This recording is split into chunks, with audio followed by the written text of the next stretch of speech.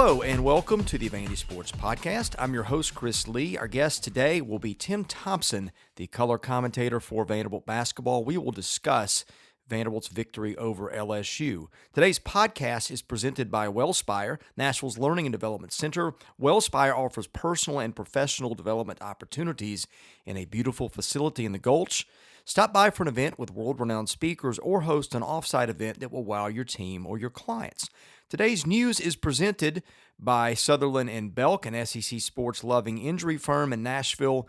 These guys will shoot you straight on your rights and options when you've been injured in an accident. Call them at 615-846-6200 to get your questions answered. You can also visit them online at sbinjurylaw.com. Well, as I said before, Vanderbilt beats LSU 99-90, 33 points and 6 assists from Saben Lee, 31 from Max Evans. Career highs for both. Vanderbilt snaps a 28-game skid against conference opponents and improves to 1-8 on the year in the Southeastern Conference. LSU, by the way, was the only unbeaten team in league play coming into that game. The guest line, presented by Boll & Branch, started by Vanderbilt graduates Scott and Missy Tannen. I've slept on Boll & Branch sheets for many years and love them. They are fair trade certified, meaning they are made under safe conditions by men and women treated and paid fairly.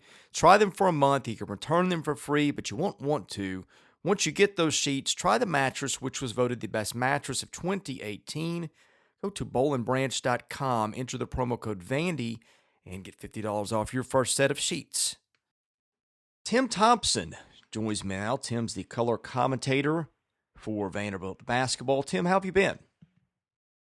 Been doing well. His last night was, was pretty exciting. It's a surprise to, have a team that hadn't won the 26 games or whatever it is, and then putting 99 points on the board. It was crazy. You looked at me at halftime, and you and I tend to size things up about the same way. And I think we were both thinking it. Vanderbilt's up 13 late in the half. LSU goes on, I think, an 8-0 run to close the half. We look up at it.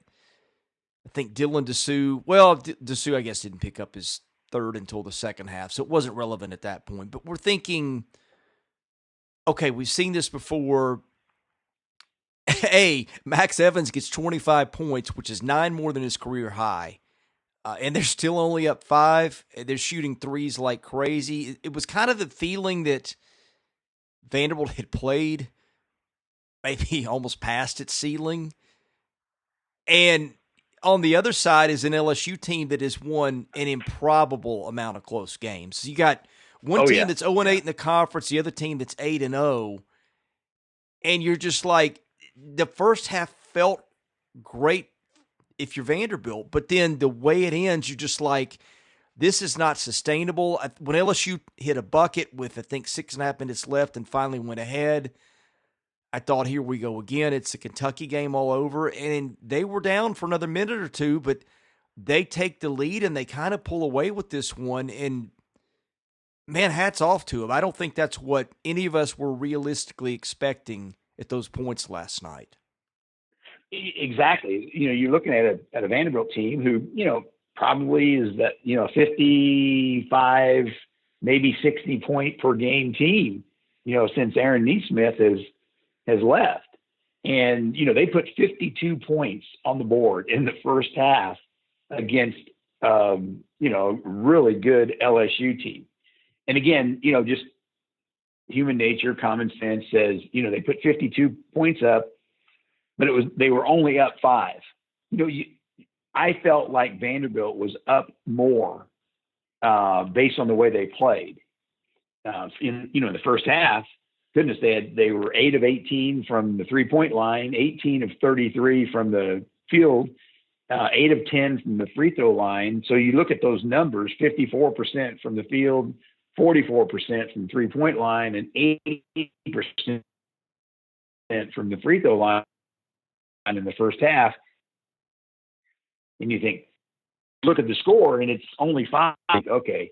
Now, the question that I ask is, can Vanderbilt put two halves together, back to back? Can we sustain what we did in the first half? And they answered the question. They did. I I was surprised that at the high level that they played at for pretty much the entire game. I think there was a lot of people that when LSU went ahead by 2 or whatever it was, probably with, I don't know, 12 minutes left or 11 minutes left or whatever when they came back, they thought, okay, here goes LSU. But they never, and that's all of a sudden when Saben just took over the game. And to my question, if I'm an LSU fan, is Will Wade, why did you stay in a pressing full court press against a team that was literally carving you up when they threw over the top? All they had to do was get the ball to Saben Lee beyond the front line of that defense, and Saben just, pounded people. It was unbelievable what he did going to the basket. He had 33 points. We talk about Max Evans, which is great. He set the tone with 25 in the first half. But Saben Lee, when LSU was making the comeback and coming after us, he was the one that separated Vanderbilt and kind of kept us going in the second half. And then I will say this, I thought Jordan Wright came in, and there was about a 3-minute span where he had a couple steals. He knocked down some shots. He had 11 points in that game. And then I'm trying to think, it was about maybe a minute 30 left. And Scotty Pippen jumps up and knocks down that 3 with time running down on the shot clock. And that's when I thought, goodness, Vanderbilt's going to win this basketball game, because I thought we were playing solid defense and, we were making shots. You look at 99 points. That's phenomenal for a team that has not scored well. Field goal percentage, shooting, lack of free throws, that kind of thing. It was all put together pretty much in one game. I was really proud of those guys. Yeah, boy, there's a bunch to chew on there. First of all, to the points. Now, I know LSU's defense was not very good and is not very good if you look at Ken Palm ratings, but I did not think Vanderbilt could score 79 against anybody the rest of the year, unless maybe it got an overtime game. So that was a real stunner. Well, yeah, but again, to my point, if I'm LSU and I'm getting carved up by Saben Lee driving to the basket all the time against your full court pressure, my question is, why not drop back and play a packed in gap zone defense where they can't get to the basket? If you're going to get beat on the road like this, make people shoot the ball from the perimeter. Will Wade did not do that. It was stunning to me how he stayed in that full court or 3-quarter press and just got carved up. It was just, I just thought it was poor coaching in that situation where, he probably should have gone to more of a, like I said, a packed in zone defense or a gap man-to-man defense. Yeah, carved up is a great term, and the two guys that did it were Saben Lee and Scotty Pippen Jr. Let's start with Saben. I remember watching that Texas A&M game, and granted, they were still shell-shocked from the Neesmith injury, but you could see what A&M was doing. They were putting a lot of pressure on the perimeter, and Saben couldn't get 2 inches to breathe. And I'm like, that is a blueprint to beat them. To see them be able to come up with something that got him the space and the looks he got and got him 33 points, that's really an incredible coaching job. Yeah. It was, and I've always said, Saben Lee's a warrior. The kid is a crazy competitor and he wants to win. And, he showed it last night. He played close to 38 minutes and, he took 20 shots. He was 13 of 20.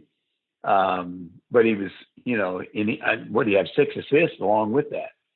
Max Evans was my player of the game because I thought he set the tone in the first half to really put us in a position to win. But, you could have easily had 2 player of the game last night because I thought Saben Lee in the second half was phenomenal.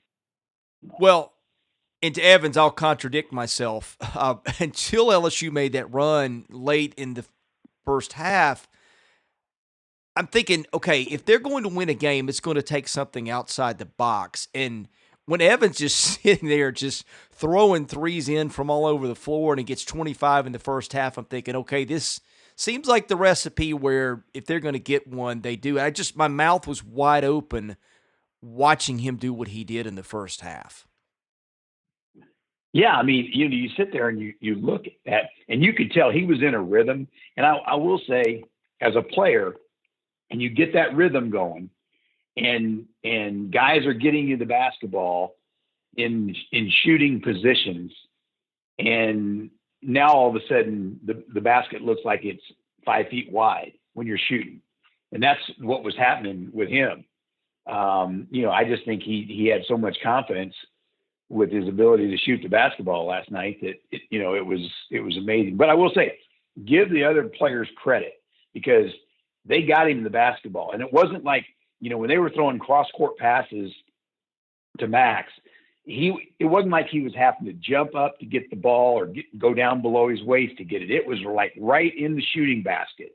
He would catch that thing, and it was all he had to do was just lock onto the rim and jump up and shoot it, because everything was in rhythm. So, you got to give a lot of the credit to the guys that were getting him the basketball too. They seemed to have a really good sense of knowing where they were going to be last night. I remember one time down the stretch, I think it was Saben Lee, it might have been Scotty Pippen, is driving baseline coming towards us as we sit on the floor and just throws kind of a blind bounce pass that for a split second you're like, where's this going? And then you notice a teammate sliding over to be right there. That's one thing that really has stood out to me at times, is they have a very good knowledge of who's going where, and a trust to expect sometimes that guy gets there. Yeah, it was Saben Lee drives baseline, and I'm sitting there watching the drive on the baseline because you're right behind me, and he throws the bounce pass, and I'm like, well, I'm going to catch that one because it's coming right to me. It was going out of bounds. And all of a sudden, out of the corner of my eye to my right, here comes Jordan Wright sliding down the sidelines. He catches the basketball, and that's when I think he took it, drove into the lane, and he got fouled going to the basket. But you're right. That play in particular was a little bit crazy because there was guys that when Saban threw the ball into that spot, he was expecting there was a guy going to be there, and sure enough, Jordan Wright showed up. I want to talk about Scotty Pippen Jr. too, because I feel like for a freshman point guard in this league, he's got a lot of savvy and poise. I thought he was very, very good down the stretch of that game. He controlled the basketball, and he got into the middle of the lane, kind of made LSU collapse on defense to make sure that, and he had pretty good footwork when he gets in there. He doesn't get sped up. I thought just the control that he had, down the stretch, was, you sit there and you talk about when you get 3/4 of the way through the year, you're no longer a freshman anymore. They almost consider you a sophomore, and that's kind of where we are in the season right now. That Dylan DeSue and Scotty, they expect them to step up and start playing more like sophomores than they do freshmen because they've kind of been through the ringer a little bit.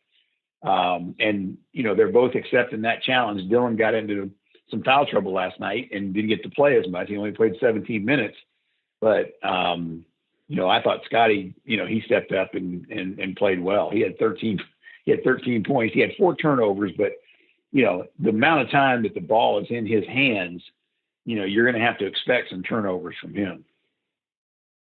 Where do they go from here? How many more can they win? Well, shoot, playing like this, if you're consistent. Now, you're not going to put 99 points up on the board, every game for the rest of the season. That's not going to happen. It will not happen. You're going to run into some teams that are much better defensively than LSU. And so you can't expect that. But I think you can expect some more consistency on offense with certain guys gaining more confidence. You look at Max Evans, what he's doing. You look at Jordan Wright, he's becoming more confident. Saben is, he is confident. Dylan's confident. I thought Ejike Obino, he only played 15 minutes last night. He had 5 fouls. He had 5 rebounds. But what I say about him is he took up some space last night, not necessarily getting rebounds and all that kind of stuff, but LSU had to account for him going to the offensive glass. They had to get a body on him. They had to, do things that, created some space for some other people. So, I don't think his stat line is one that you look at it and you judge it by just the stats. He did some things that didn't show up on the box score. Let's go to the mailbag, which is sponsored by Vanderbilt fan and independent insurance agent Josh Minton of Brentwood. Do you need home, auto, motorcycle, renters, landlord, life, or commercial insurance? Josh is the guy to contact. Call him at 615-933-1979. Email him at josh@hqinsurance.com. Follow him on Facebook at JD Minton HQ. He is my insurance agent. Give him a try, and I think you'll be pleased. Ann Arbor Door says Wade said Stack, quote, adds 10 sets for each game. Are the sets the same as plays? What did Stallings or Drew do, or what's typical? So the question is, Coach Stackhouse adding 10 new sets each game compared to what Stallings and Bryce did. Yeah. Is that what the question is? Yeah, and to explain sets as opposed to plays. Yeah, I mean, I will say this. Kevin Stallings could draw up a play at a timeout just like in the dirt. That he had that ability to do that. The sets that Jerry's running right now, I think are getting better and better. Not necessarily that they're, he changes them all the time. I just think the players are starting to actually run the plays and are doing it to, not to perfection right now, but at the same time, they're getting better and better on their responsibilities of what they're supposed to be doing. Perfect example is that drive on the baseline by Saben, knowing that Jordan Wright is supposed to be on down the baseline side, and he catches the ball. You're starting to see that the players are starting to get it a little bit, So, I think Jerry's probably proud of these players that, it's starting to kick in a little bit. Now we're starting to figure it out. And if that continues, Vanderbilt can, there's going to be more consistency in the way we play. And I've seen it really since the Kentucky game is, our consistency of, we didn't win the Kentucky game. We didn't win the Florida game, but I felt like our consistency was better throughout the game. Bobby 2 times says, how does this win and everything opposing coaches say about Stackhouse help with recruiting? Okay, ask that question one more time now. Well, he wants to know between the things that Will Wade said and winning a game, getting some results, how much does that help recruiting? Oh, yeah, I don't think there's any question that, as a recruiter, as a program, you win games against a top 20 team like LSU, it puts you in a situation where, you've got a little bit more influence recruiting, and that can, I'm sure David Grace was all excited last night because, those guys going out recruiting players and that kind of thing. That's a win like that's definitely, a plus when you're recruiting kids. Door King says, can they keep up this kind of shooting and finish strong this year? Well, it's like I said earlier, I think they're being more consistent. Now, when you sit here and say, okay, are they going to shoot 57% from the game from field and 40% from the 3-point line? You make 12 of those, and you shoot 73% from the free throw line. Based on what they've done the previous games, you say you're not going to shoot last. Now, can you shoot 48%, 46%, and maybe shoot 35 32% from the 3-point line, and maybe, keep that 70% as a team free throw shooting, yeah, potentially you can, but I don't think you can ask for what you saw last night for the rest of the season, because you're talking 99 points, and you put exactly 2 halves back to back. The one thing that Vanderbilt's going to have to just do a better job of is the fouling situation. Now, again, that's part referees, but at the same time, they were 28 of 36. I think in the first half, I believe they scored 21 or 22 points in the first half against Vanderbilt off of free throws. So we gave them a bunch of points because we were fouling, and we had some guys in foul trouble. So, you sit there and you look at, we won 99-90. If we don't foul as much, that game becomes, 20, 25 point game if you don't give LSU 28 points at the free throw line.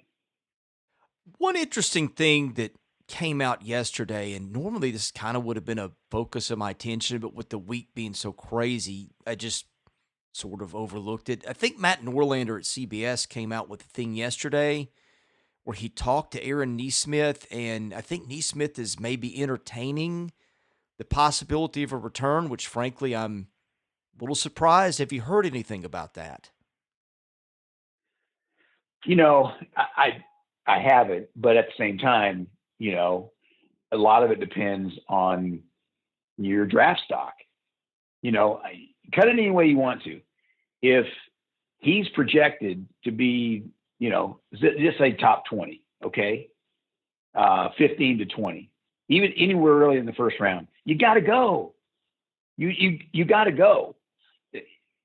The money is so crazy, Chris, that, you're going to get a guaranteed 3-year contract. And, I just don't know, where he is with that, or if his draft stock, because of the injury, potentially could, deteriorate to where, I think I need to come back because I'm not going to get drafted in the first round. I don't know. I think a lot of that depends on NBA teams and how they evaluate him and, what they think of him, to get him into that first round. But if he's a first round pick, I think he's got to go. Now, if he falls out of that, then yeah, maybe it's time you look at maybe coming back, which would be huge for Vanderbilt. Well, I immediately knew as soon as I asked you the question. I don't think I issued the important clarification. I think the context was coming back this season, but in a way that also doesn't change the answer, because if he's not, if he's locked in at a certain level, well, anyway, go ahead. Well, he's not coming back this season because he had surgery. I think that was the context of the article, though, which was why it surprised me. Yeah, I mean, that surgery that he had is like a 4-month recovery, so he's not coming back this year. No chance of that happening. So it would have to be for the following season, because the way the surgery that was performed is such that he's, the recovery time is not going to be for the season ends. Well, I'm looking up the report, and that's what I've thought too, but it clearly says this season. So, wow. Well, again, I'd have to talk to doctors, but based on what I've heard, with the kind of surgery he's had, the recovery time would be after the SEC tournament's over. Yeah. Before he could ever get back. Well, seems like a long shot, but it was interesting that it came up. The other thing, of course, is Cleavon Brown. By the way, here's a quote. And this is what Matt Norlander got from Nesmith. He says, "The time period for me coming back is not set in stone because they're waiting to make sure the stress fracture heals to 100%. I want to get back to playing as soon as possible. I hope I can still play this season." Well, I seriously doubt that. I mean, I think that's coming.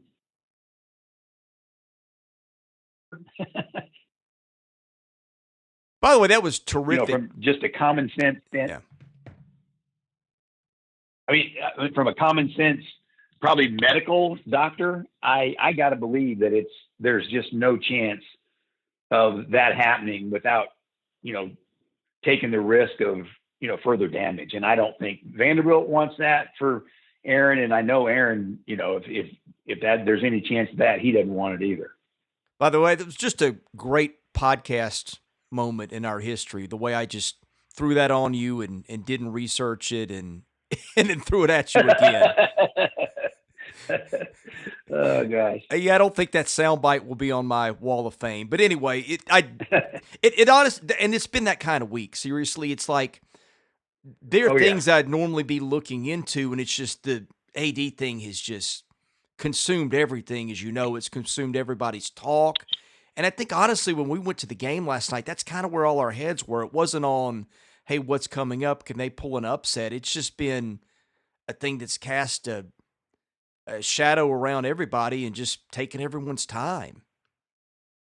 Well, and here's what I think is unbelievable is to your point about how it casts a shadow. And then all of a sudden you do what, Coach Stackhouse and the staff and the team did around all that, noise with the AD. And that's pretty impressive last night to play a LSU team, number 18 in the country. I think they've had 12 straight road wins in the SEC. And you've got all the noise with Malcolm Turner and everything that's gone on with the AD thing. And you play like that. I mean, you got to give those kids and that coaching staff a lot of credit for what they did last night under the circumstances.